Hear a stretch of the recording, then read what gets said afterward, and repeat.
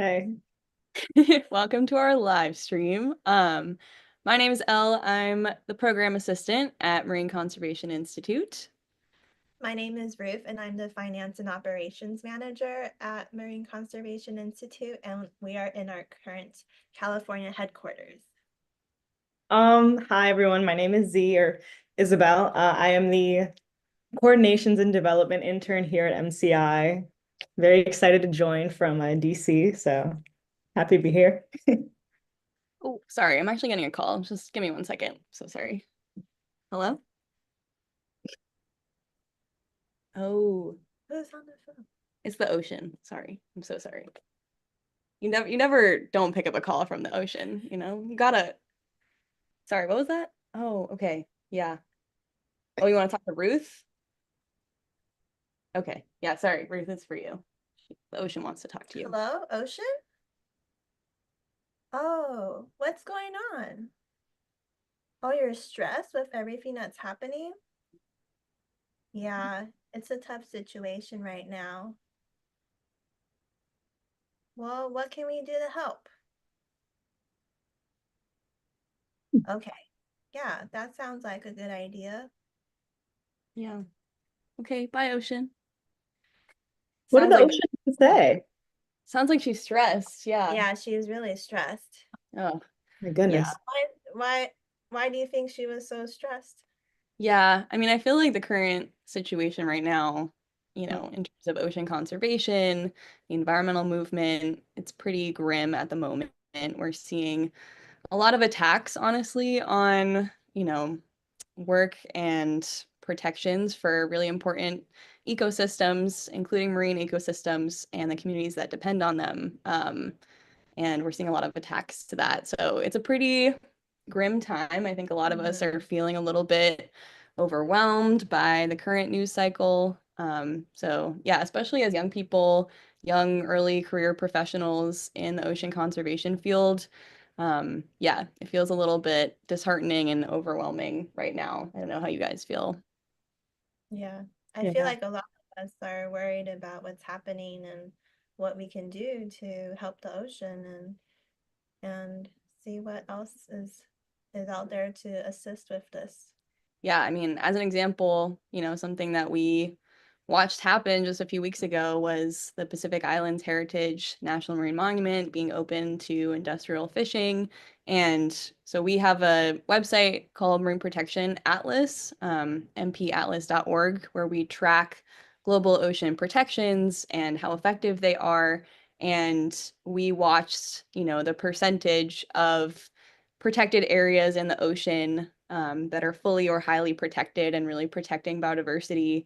That number was at around 3% as of a few weeks ago, and we watched that drop to 2.7%. Wow, that's a huge difference. Yeah, which was really disheartening to see. So yeah, there's a lot going on. That's pretty disheartening as an early career ocean professional. How are you feeling, Isabel? Man, I mean, I know being like just coming out of undergrad and having to like enter into a workforce that is basically, unfortunately non-existent now or dealing with such heavy blows. It's very sad and very, like you said, disheartening to have to just sit here and watch all of this. I mean, I just wish there was like ways to, get involved, but it's so difficult now with, many corporations and many environmental things being redacted, unfortunately. Yeah. But I mean, all we can do right now as the youth of environmentalism is believe in that. And I mean, I wonder if there's any other way we can like, help contribute to protecting the ocean because it's such an important vital resource for all of us, as we know.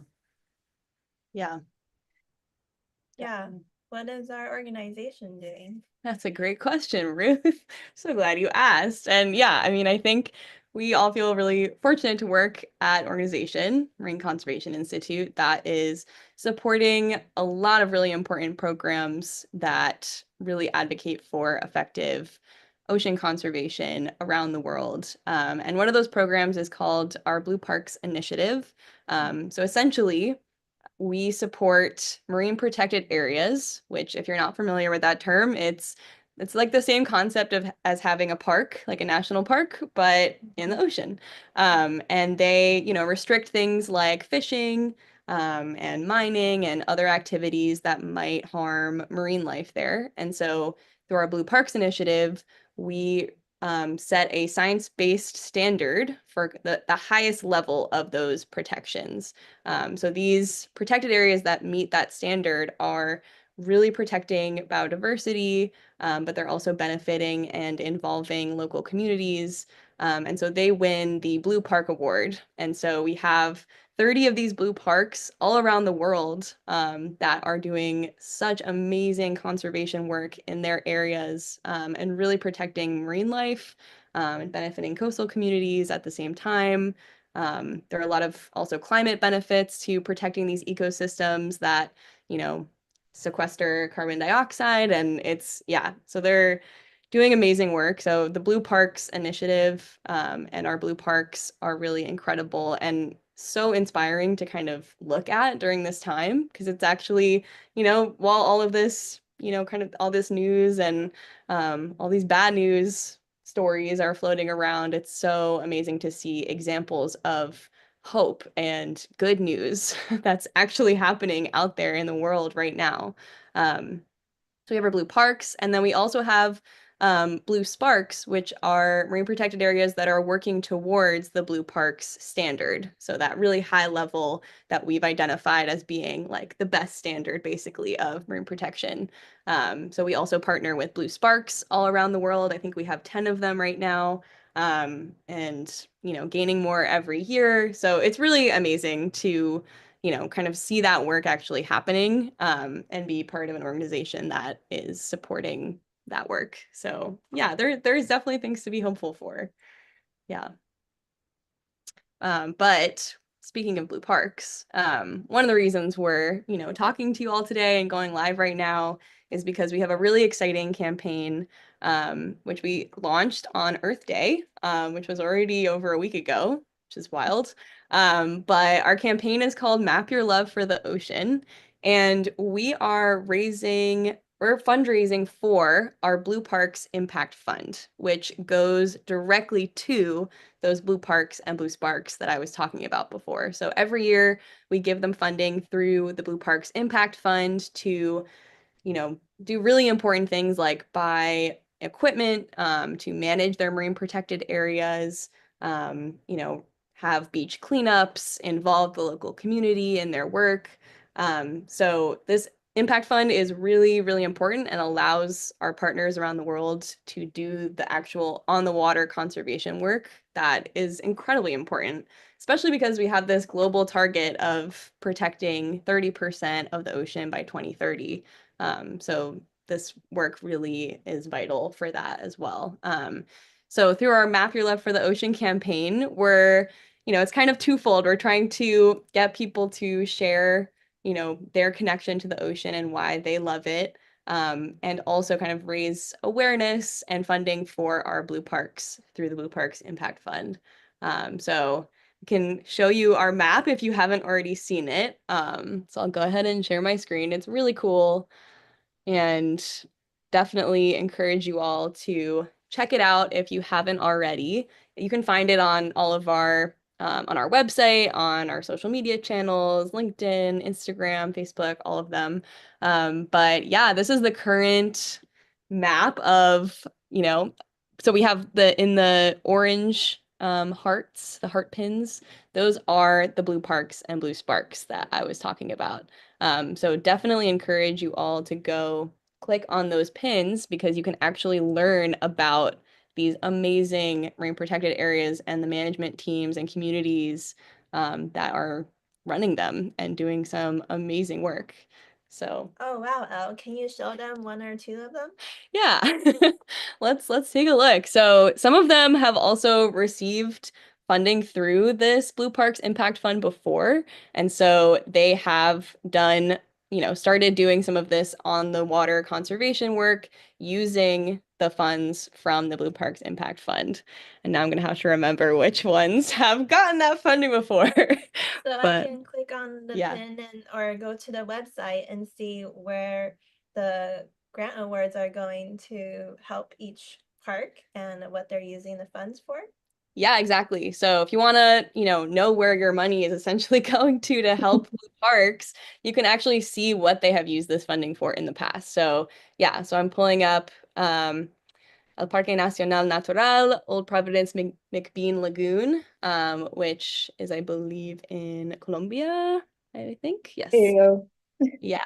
Yeah. Yay. And it's really amazing. So yeah, for as an example, they used funding from the Blue Parks Impact Fund before to establish a long-term garbage collection program involving the local community and cleaning up mangrove ecosystems in that blue park. Um, yeah, you can also go, if you want to learn more, you can even click on this link and go to our website and you'll learn even more about each Blue Park and Blue Spark and the work they're doing. So it's really, I mean, it's so inspiring. Like I could spend just hours going through, all of these pins. I already have, but I could spend more hours going through all of these pins and just looking at just such incredible conservation work So, going on. Elle, in terms of people posting their own pins, is it just any story of like why they love the ocean, or like what can they do when they try to post their own pin? Yeah. Well, I can show you really briefly on our live stream last week. One of our colleagues, Russ, walked through, how you can go about posting your own pin on this map. And you'll see the blue heart pins are actually from community members, from anybody who's already participated in mapping their love for the ocean. But you can just click on this blue little plus sign here. It'll open up this Padlet interactive map. And then you can go in, you can search for a location by name or just drop a pin, drag the pin and drop it somewhere on the map. And then what you can do is you can upload a photo or a video of that place and talk about why it is special to you or why you love it. And so we're trying to get as many people as possible to kind of, yeah, show, why they love the ocean and then protect what they love by, supporting examples of, blue parks and sparks who are doing ocean conservation work and, doing the real work to protect the ocean, which is so Yeah. badly needed right now. Yeah, we want to hear all of your stories. Yes, definitely. So I think maybe now we can each talk about our own pin. We've all added a pin, obviously. Um, so we can go through and, talk about that pin and, why we chose it and, why it's special to us. Anyone want to go first? I guess I'll Ruth, go you want to go first. first? Okay, I think I have yours pulled up. Yeah. So, got the chance to go to the Maldives, which is an amazing, beautiful country. And I took this photo of a sea turtle at their cleaning station, and it was just amazing seeing so much live coral, so much fish, such a healthy coral reef, and seeing these turtles just enjoying the view of the fishes, and it was just such a magical experience. And I would encourage everyone to go to the Maldives or even just checking out a local coral reef. Yeah. Wow, that's amazing. That's so cool. It's like, a once in a lifetime. Yeah, and fortunately, it's a healthy ecosystem. There's a lot that's not healthy reefs right now, and those are the ones that need help. And that's what our program is trying to do, make sure that there's more healthy coral reefs. Yeah, absolutely. Great photo Wow. too. I was about to say, Ruth, that is an amazing photo. I mean, the turtle Are doesn't even care. do you need to switch careers? I think you might be a photographer. I don't know. Awesome. Well, Isabel, do you want to talk about your pin? I think I have yours pulled up as well. Yeah, so this place is in Jamaica, obviously. It's called Orakabesa Bay. And there actually is this is another marine protected area um, that is home to like stunning wildlife. This is kind of like a drone shot of like the reef area around the marine protected area. And I was lucky enough to go there as an intern a few years ago for about 3 months. And while I was there, I was able to fragment coral, and I really got, hands-on experience in seeing the effects of climate change, unfortunately. Um, And while I was there, I also worked with an organization that worked with endangered hawksbill sea turtles.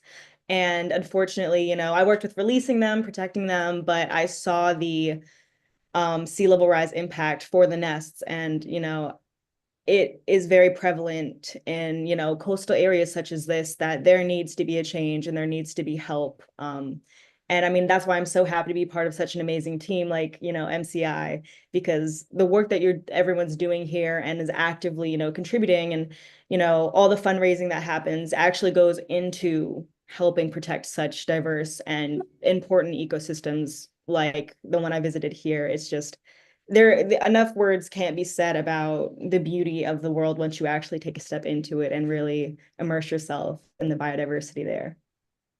Yeah, that's cool drone footage. Yeah, did you take this Oh, footage in a huh. drone? I am not that technically advanced, but we were Oh, doing okay. some social media stuff over there. I worked there, social media communications as well. And I was able to use a bunch of this amazing drone footage and diving footage as well. I was gonna put a picture of me diving where like a humongous eagle ray came and swam right under me, but I couldn't find it unfortunately. But if you visit these marine protected areas, those are the kinds of encounters you're gonna have. Ruth got to see an amazing sea turtle. I mean, I've had a never ending, experience when I visit there. So, Wow, that's Yeah. amazing. Well, thanks for sharing that. of course. Yeah, and I'll share mine. I lost where my pin was, but I can find it. I think it's only one of a few that are in this area. Yes, here it is. So my pin is in Maine, in a small little coastal town called Ocean Point. And I had the immense, just privilege of getting to visit this area. I go once a summer with my family, and we spend a week there swimming in the freezing cold water. And as like a little kid, I would like walk along the rocks and look into the tide pools and just be so enraptured by, the life that I would see. It was just so unlike anything I'd experienced. I grew up in New York City, so I think, it was kind of those experiences where you get to be, peering into basically another world, are just hard to come by when you're in a big city. Oh, the ocean's calling again. Um, so yeah, so getting to go here every summer, I think it really, wow, she really wants to talk to us. We'll call you back, Ocean. We promise. Um, yeah, it was just so amazing and so formative for me. And so it was kind of what made me want to actually go into the field of ocean conservation and wanting to protect, the beauty that I was seeing. So yeah, and the Gulf of Maine is also one of the like fastest warming bodies of water in the world. And I've kind of witnessed that firsthand even over the last, 25 years or so. Like it is really, the changes are really noticeable. So it's really disheartening to see, a place that you love experiencing that. And um, so just all the more reason why we need to really be putting all of our efforts into protecting these places. Um, so yeah, okay, I'll stop sharing my screen. So, Elle, I know that you were kind of talking a little bit how like, you visiting that such like amazing area and the tide pools kind of got you into conservation. How did you like, I know it's such a large realm and there's so many different things you can go into, as someone entering into the conservation field. How did you kind of get your start and like where was your kind of first step into the tide pool, so to say? Yeah, I mean, I took a long, very circuitous route, I would say, into ocean conservation. I mean, I was obsessed with sharks from a young age, so that was like, I wanted to be like a shark scientist. That was my dream. Um, and then I studied biology and submarine biology in college, and then I actually was a high school teacher for 2 years after I graduated from college, and I taught a marine biology class. And that experience, honestly, like getting to, kind of foster a love of the ocean in these students that I was teaching, even though a lot of the time, high school students, they were like, Right. wow, we don't care. Like,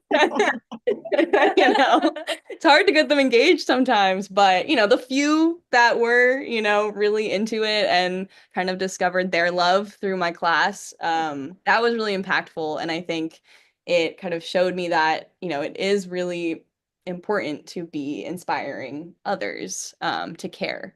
And so I went back to school. I got a master's in environmental policy with a focus on oceans and ocean coastal resource management. And then that's where I first learned about marine protected areas. And it really blew my mind because I was like, wow, this is like, these are amazing. Like the science shows basically that they work, which is so, I feel like rare for a lot of these solutions. Like, they're like, oh, well, they work. And so we know with marine protected areas that when they're done well, when they're effective, they really do protect biodiversity. And so learning about that was really inspiring. And so, I just was like, I know that that's what I want to do. I want to learn about how I can help, make sure that more of these happen, more of these exist. And a lot of it is, kind of a mix of, it's policy, it's some science, but so much of it is the human side of just how do we convince everybody, that this is a good idea, that we need to be protecting this area and maybe not, fishing here so that we can protect, this ecosystem so that you can fish more in other places. So there's a lot of economic, arguments as well too for why these are such effective solutions. So anyway. Oh no, I love that. I mean, I have to share with you, you actually being an educator and the few high schoolers that do listen, I remember being in high school.